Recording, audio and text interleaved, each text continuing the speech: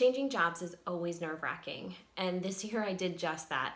I switched from Horry County Schools, where I'd been teaching for years, to Georgetown County School District so that I could be closer to where I live and where my kids go to school. With that being said, it was a great opportunity. This year, the school that I'm teaching at was initiating the one-to-one device. Each student got a Chromebook just about a month ago. It was a great opportunity to take what I've been using in my classroom and help other teachers implement the technology into their own classrooms. Being new to the school, I didn't know exactly what their needs were. So to start, I met with the assistant principal and the media specialist to talk about what they would like to see happen in the school and what training they wanted their teachers to go through.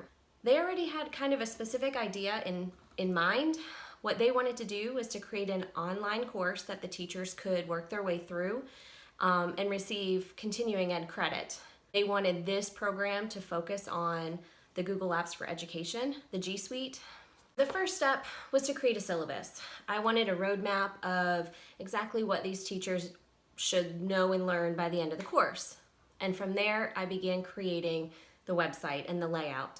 I wanted to use Google Sites because we were talking about Google Apps and the G Suite, and so I felt it was appropriate to use a Google site. And then from there, I had to figure out what content I needed to create in order to best teach these students that I might not see face-to-face, these colleagues of mine. I created some screencasts and I used screenshots and some videos, as well as some components I found that were already out there, and they were great resources. Given a ton of time, I would have loved to use all self-created objects, but it just wasn't possible, and I feel like the finished product is really a great resource for the teachers.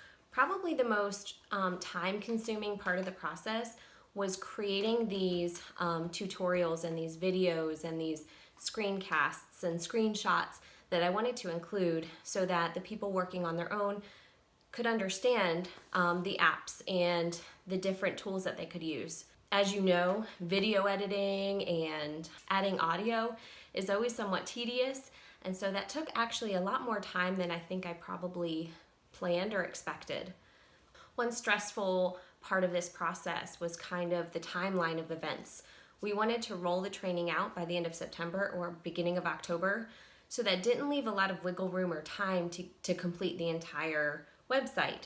Unfortunately, that deadline kind of got pushed back a couple weeks because the release of the one-to-one devices got rolled back. And so it ended up fine, and after a lot of hard work and long hours, it was completed, and I was really relieved. Now, I spoke before about how we wanted to have some face-to-face meetings with the teachers that are not as comfortable with technology. And so on Mondays, we've been meeting and talking about the different modules, and it's gone really well. Through the course of the program, the teachers are submitting their assignments through Google Classroom so we can take a look and see what they're doing, and they can collaborate and share with each other about some of the cool things they're doing in that classroom. One of the really cool things about it is I have teachers coming up to me and telling me about the first time they used Google Quizzes or Google Classroom or some of these different tools. And it's really cool to see all these teachers embracing this new technology. I guess how I gauge the success of this training is just that. When teachers are coming to me and asking me questions about how they can do this or that, because they're not only using what we learned in this online course, but then they're taking it a step further and they want to know how to do something else. So one thing I've learned through this process about leadership and instructional technology is that you really have to know and understand the needs of your learners. You can't take for granted that they've had any experience with these programs and these apps, so you have to start from the beginning. You have to cover steps A through Z and everything in between in order to make them successful and feel prepared to use it with their students in their classroom. The other thing I learned through this process is that the planning and the creating take a lot of time. It was the bulk of my time actually, in the creating of the various learning objects and the website. But it's a great resource that the teachers can use whether I'm there or not. It would be great to continue adding to this website or creating another website. And as they become proficient and successful in using the G Suite, open it up to some other really cool ways to incorporate technology into the classroom.